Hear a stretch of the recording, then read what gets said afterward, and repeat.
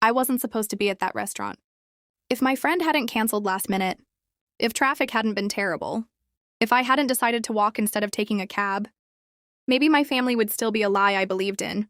If you want to attack with my revenge story, so please subscribe my channel. The restaurant was dimly lit, soft music, the kind of place couples go when they want to feel important. I saw him before he saw me. My father, sitting near the window, smiling. Not the polite smile he gave guests.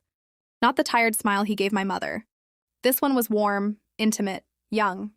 Across from him sat a woman who wasn't my mother. Her hand rested on his. His thumb traced circles on her skin. I stood there frozen, menu in my hand, heartbeat echoing louder than the music. Maybe I was wrong. Maybe it was business. Maybe I was overthinking. Then she leaned forward, and he brushed her hair behind her ear. That wasn't business. That was betrayal. My legs moved before my brain did. "Dad!" The word cut through the air like broken glass. His face drained of color. The woman turned slowly. I felt 10 years old again, standing at the edge of something I didn't understand. "What are you doing here?" he asked sharply. "What are you doing here?" My voice trembled. "I'm telling Mom." People started glancing at us. He stood up quickly, grabbed my arm, and pulled me toward the exit hallway near the restrooms. "You will not embarrass me," he hissed. "Embarrass you? You're cheating on Mom." And that's when it happened. The slap. Loud. Sharp. Public. The entire hallway went silent. But that wasn't the moment that changed my life. The moment that changed my life was what he said next. "If you open your mouth," he whispered coldly, "I will make sure you lose everything." And he did.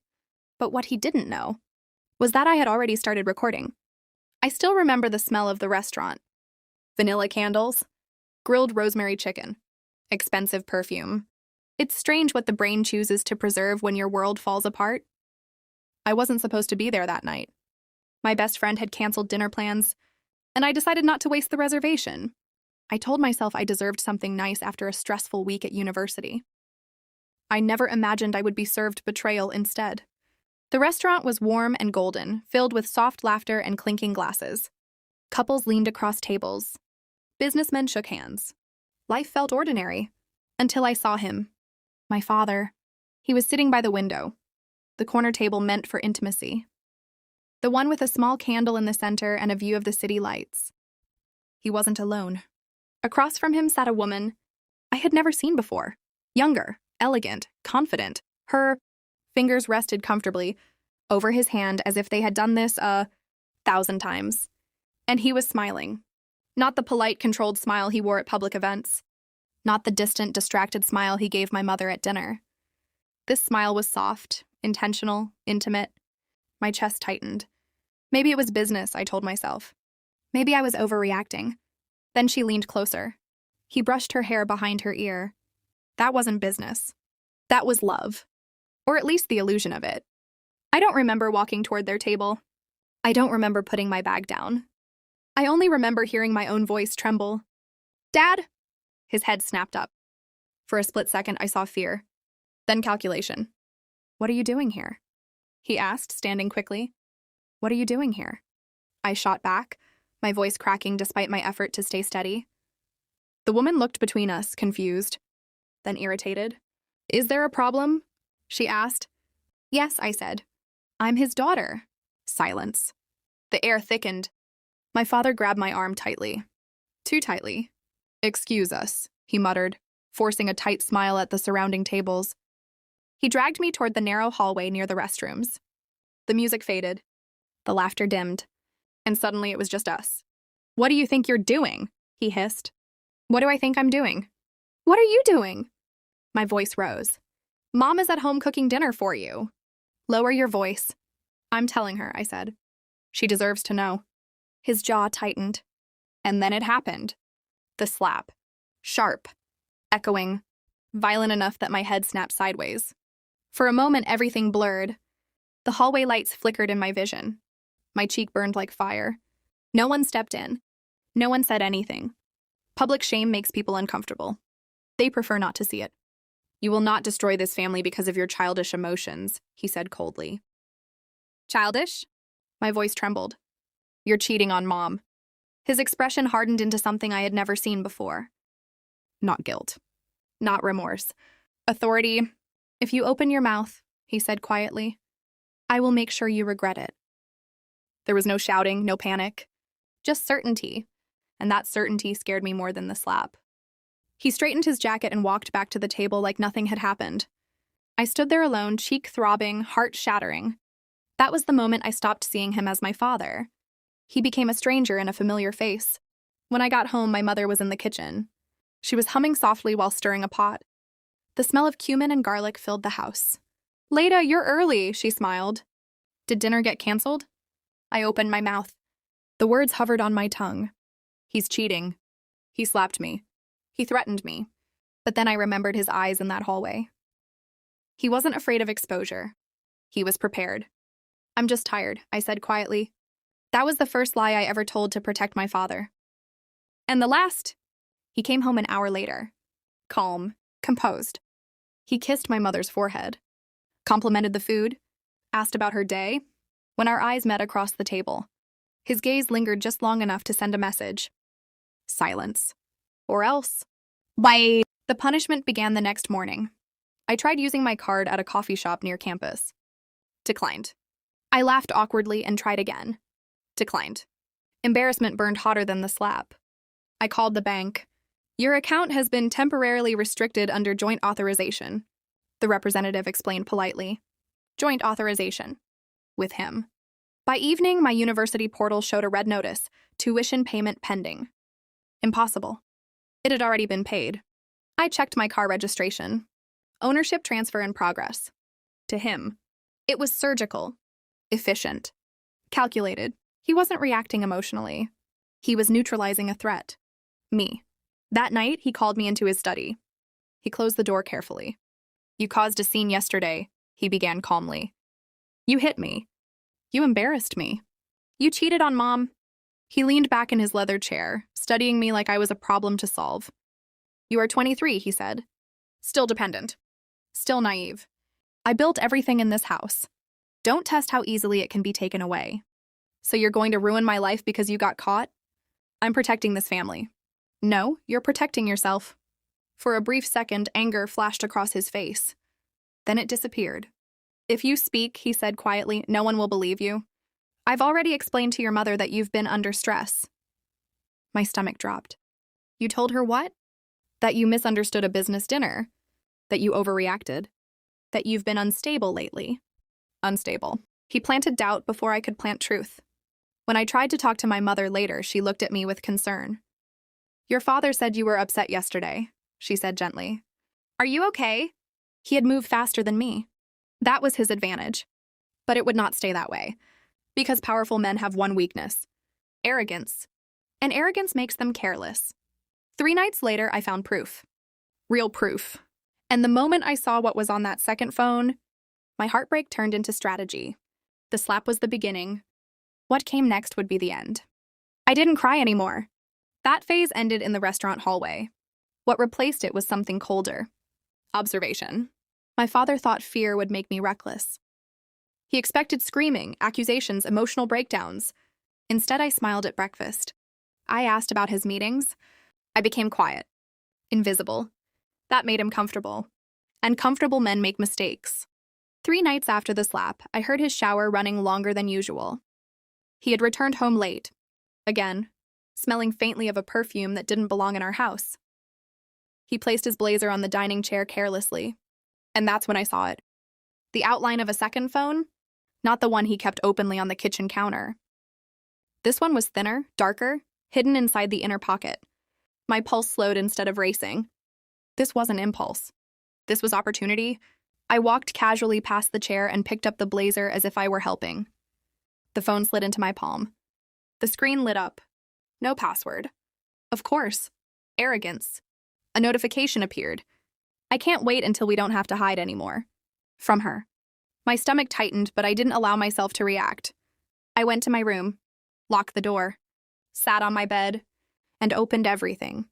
Messages going back 8 months. 8 months. While my mother defended him to relatives. While she ironed his shirts. While she prayed for his success. Photos, private dinners. hotel confirmations, voice notes filled with promises. But the messages weren't the worst part. The bank transfers were large amounts sent to her regularly, from an account I recognized, my mother's joint savings account. He wasn't just cheating. He was financing his second life using her money. And then I found something that changed everything. A conversation about property. He was planning to purchase an apartment, under the other woman's name, as a future security. Future. He was building a future. Without us. I took screenshots of everything, sent them to a new encrypted email I created that night, forwarded bank transaction details, downloaded voice notes, photographed the screen with my own phone just in case. Layered evidence. Redundancy. He had taught me that. In business, never rely on one copy. Funny how his lessons would become his destruction. Before returning the phone to his blazer, I opened the voice memo app and pressed record. I slipped it back into the pocket carefully. Then I waited. The opportunity came faster than I expected. The next evening, he took the second phone into his study while speaking to her. I walked quietly down the hallway and paused near the slightly open door. His voice was low, intimate. "I'll finalize the transfer next month," he said. "After that, we won't have to sneak around." My chest tightened. He continued. "She suspects nothing. And Leda won't cause problems again." Won't cause problems. I almost smiled. I gently pushed the door open another inch. Enough for sound. Not enough for visibility. He didn't notice. Because powerful men don't expect their daughters to become predators. That night, I collected the final piece. A recorded confession of intent. Financial manipulation. Deception. Everything I needed. But revenge isn't about explosion. It's about timing. And timing requires patience. The next step was my mother. I couldn't go to her emotionally. He had already prepared her to doubt me. So I needed to break that doubt slowly. I began asking subtle questions. "Mom, have you checked the joint account recently?" She frowned. "Why?" "No reason. I just learned about financial fraud in one of my classes. It's scary how easy it is. Seeds. You don't plant truth all at once. You plant curiosity." A week later, she mentioned casually that she couldn't find a recent bank statement. "Dad probably reorganized it," I said lightly. Another seed. Meanwhile, I met someone unexpected. My father's business partner, Mr. Kareem, came to dinner one night. A respected man. Observant. During dessert, he joked, "Your father has been very generous lately. Investing in new properties, huh?" My mother looked confused. "New properties?" My father shot him a warning look. Too late. I memorized that moment. That flicker of panic. Another crack. But revenge requires insurance. So I visited the bank personally. Not to accuse. To inquire. Under the excuse of updating my student documentation, I confirmed something critical. The joint account required dual authorization for major property purchases, which meant he forged her digital approval or manipulated access. Either way, illegal. That was the turning point. This was no longer just betrayal. This was fraud. And fraud leaves trails. At home, I began acting softer. Kinder. Less confrontational. He relaxed.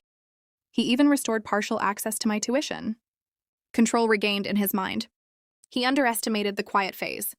One evening, he placed the second phone on the kitchen counter accidentally, while answering his primary one. The screen lit up again, this time with a photo. The apartment. Caption, our place, using my mother's money. I picked up the phone casually, walked into the living room, where my mother was folding laundry. "Mom," I said gently, "can you explain something to me?" She looked up, confused. I turned the screen toward her and watched her entire world tilt. Silence. Then trembling fingers. Then disbelief. "Leda, what is this?" Before I could answer, my father walked into the room and froze. For the first time, I saw real fear. Not control. Not calculation. Fear, but I wasn't done. Because exposing him to my mother was only step one. The real destruction required witnesses, reputation, public consequence. And I had already prepared that stage. He slapped me in a restaurant hallway. Now I was going to choose the location of his fall. Carefully, precisely, and permanently. The moment my mother saw the photo, something inside her broke. Not loudly, not dramatically, just quietly. like glass splintering beneath pressure. She didn't scream. She didn't cry. She simply looked at him. And in that look was 25 years of trust dissolving. "What is this?" she asked softly. My father recovered quickly. He always did. "It's nothing," he said smoothly. "A client? A property investment. A client who sends heart emojis?" I replied. His jaw tightened. "Leda, enough." "No," my mother whispered. "Let her speak." That was the first time she chose my voice over his.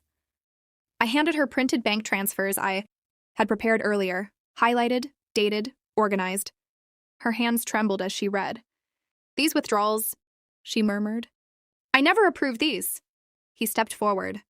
"You must have forgotten." She looked at him. And this time there was no softness in her eyes. "I do not forget millions." Silence swallowed the room. He realized then that denial wouldn't work. So he shifted strategies. "You're overreacting," he said firmly. "This is a business arrangement." Leda misunderstood dinner. "Then explain the apartment labeled our place," I said calmly. He had no answer. And that's when I delivered the final blow for the night. I pressed play. The recording from his study. His voice filled the room. "After the transfer, we won't have to sneak around. She suspects nothing." The words echoed like a verdict. My mother closed her eyes. When she opened them, the woman who had defended him for years was gone. "You lied to me," she said quietly. He tried one last time. "You're letting a child manipulate you." But he wasn't speaking to a manipulated woman anymore. He was speaking to someone who had just awakened. That night, he slept in the guest room. But I wasn't done. Because private exposure wasn't enough. He cared about reputation more than love. So that's where I aimed next. 2 weeks later, my father hosted his annual charity gala. A polished event. Local businessmen, community leaders, press photographers. He loved standing at podiums, speaking about integrity and family values. The irony tasted bitter. He assumed the situation at home would remain contained. He underestimated me again. Earlier that week, my mother had met a lawyer. Quietly, efficiently. She froze the joint accounts. Filed for financial review. But the public image still stood intact. And that image needed to fall. The night of the gala, I wore a simple black dress. Not dramatic. Not flashy. Strategic. My father saw me enter the ballroom and frowned. "What are you doing here?" he muttered under his breath. "Supporting family," I smiled. He didn't like that smile. When he stepped onto the stage, applause filled the hall. He adjusted the microphone. Spoke about loyalty, about honesty, about commitment. The hypocrisy almost made me laugh. Halfway through his speech, I walked calmly toward the event technician near the sound booth. Earlier that afternoon, I had emailed something to the system under a neutral file name. I had already spoken to the technician, told him there would be a scheduled tribute video. "Money and confidence open doors?" He nodded subtly. The lights dimmed. My father paused, confused. Behind him, the large projector screen flickered to life. First, an image of him at the restaurant. Taken from security footage. I had requested legally after filing an incident complaint about public assault. Then another. Him holding her hand. Then the bank transfers. Then a still frame of the apartment listing. The room fell silent. And finally, his voice recording played through the speakers. Clear. Undeniable. Gasps rippled across the audience. Cameras lifted. Phones recording. His face drained of color under the spotlight. "Turn that off," he shouted. But it was too late. You can't turn off truth once it's amplified. He looked at me. And for the first time since that restaurant hallway, he looked small. Not powerful, not untouchable. Small. The board members exchanged whispers. His business partner avoided eye contact. The press photographer stopped pretending this was a charity event and started documenting a scandal. He stepped down from the stage, fury radiating from him. "You've destroyed everything," he hissed when he reached me. "No," I replied evenly. "You did. I just showed them." Across the room, my mother stood tall. Not crying. Not collapsing. Watching. Understanding.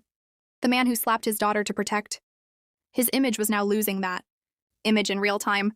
Deals would vanish. Trust would evaporate. Influence would shrink. And the worst part? He knew it. Security approached gently, unsure how to manage the chaos. Guests began leaving. Whispers spreading like wildfire. His empire wasn't gone yet, but the crack was visible. And once reputation fractures, it never returns the same. As I walked out of the ballroom, the cool night air hit my face. I didn't feel victorious. I felt steady, balanced. He slapped me to silence me. Instead, he handed me the microphone. And now, everyone was listening. Scandals don't explode. They spread. Slowly, quietly, relentlessly. The morning after the gala, the headlines began appearing online. Respected businessman exposed at charity event. Financial fraud and affair allegations surface. The video had already circulated across social media. Guests had recorded everything. The projector footage. The audio confession. His reaction. You can silence a daughter. You can't silence the internet. My father stayed inside his study all day. Phone ringing endlessly. Board members demanding explanations. Partners requesting emergency meetings. Sponsors withdrawing support. Reputation, once cracked, doesn't shatter dramatically. It erodes, piece by piece. My mother sat quietly at the dining table that morning with her lawyer on speakerphone. Her voice was calm, measured. Proceed with the formal separation, she said. The word separation sounded sterile. But what it really meant was freedom. The financial investigation revealed more than we expected. Hidden transfers, forged digital approvals, misuse of joint funds. The apartment contract had been signed but not finalized. The funds were frozen in time. His carefully built second life collapsed before it could begin. For the first time in my life, he was not in control. He tried to speak to me that evening. I found him standing near the staircase. He looked older. Not physically, but structurally, like a building whose foundation had shifted. You went too far, he said quietly. No, I replied calmly. You did when you raised your hand. Silence. He studied my face like he was searching for the little girl who used to idolize him. She wasn't there anymore. I was protecting this family, he insisted weakly. By destroying it? He had no answer. And this time he didn't threaten me, because he knew something had changed. The power dynamic. He relied on fear. And fear was gone. Within weeks, formal charges were filed for financial misconduct. Not criminal yet, but serious enough to stain his business permanently. His position on 2 advisory boards was temporarily suspended. Temporary is a polite word for permanent removal. Investors pulled back. Invitations stopped. The same men who once praised his integrity suddenly became unavailable. Reputation is loyalty until it becomes liability. My mother moved into the master bedroom permanently. He moved out. Not dramatically. No screaming. No broken plates. Just quiet suitcases rolling across marble floors. The woman from the restaurant? She disappeared. Apparently, loyalty fades when luxury does. One evening, my mother sat beside me on the balcony. The sky was soft pink. Peaceful. I should have seen it, she whispered. No, I said gently. He was careful. She looked at me. Pride in her eyes. You were braver than I was. I shook my head. I was just done being silent. And that was the truth. Revenge wasn't about hurting him. It was about restoring balance. He slapped me to erase me. Instead, he revealed who he truly was. The slap had echoed for seconds. But the consequences? They echoed for months. Our home felt different after he left. Lighter. Quieter. Safer. I returned to university without fear of financial control hanging over me. The joint accounts were legally secured. The house remained in my mother's name. The narrative he tried to build about me being unstable? Destroyed by evidence. Truth is patient. But when it arrives, it is undeniable. One afternoon, months later, I saw him again. By coincidence. At a smaller cafe. Alone. No candlelit corner table. No intimate laughter. Just a man scrolling through his phone. He looked up briefly. Recognition flickered. Regret, maybe. Or resentment. I didn't stop. I didn't speak. I didn't need to. The greatest revenge isn't screaming. It's indifference. He slapped me in a restaurant hallway thinking he was protecting his power. But power built on deception collapses under exposure. And I didn't destroy him. I simply let the truth breathe. If there's one thing I learned, it's this. Silence protects the guilty. Courage protects the truth. And sometimes, the daughter they try to silence becomes the storm they never saw coming. If this story moved you, if you believe truth should never be silenced, subscribe to this channel for more revenge and betrayal stories that remind us. Silence is not weakness, it's strategy.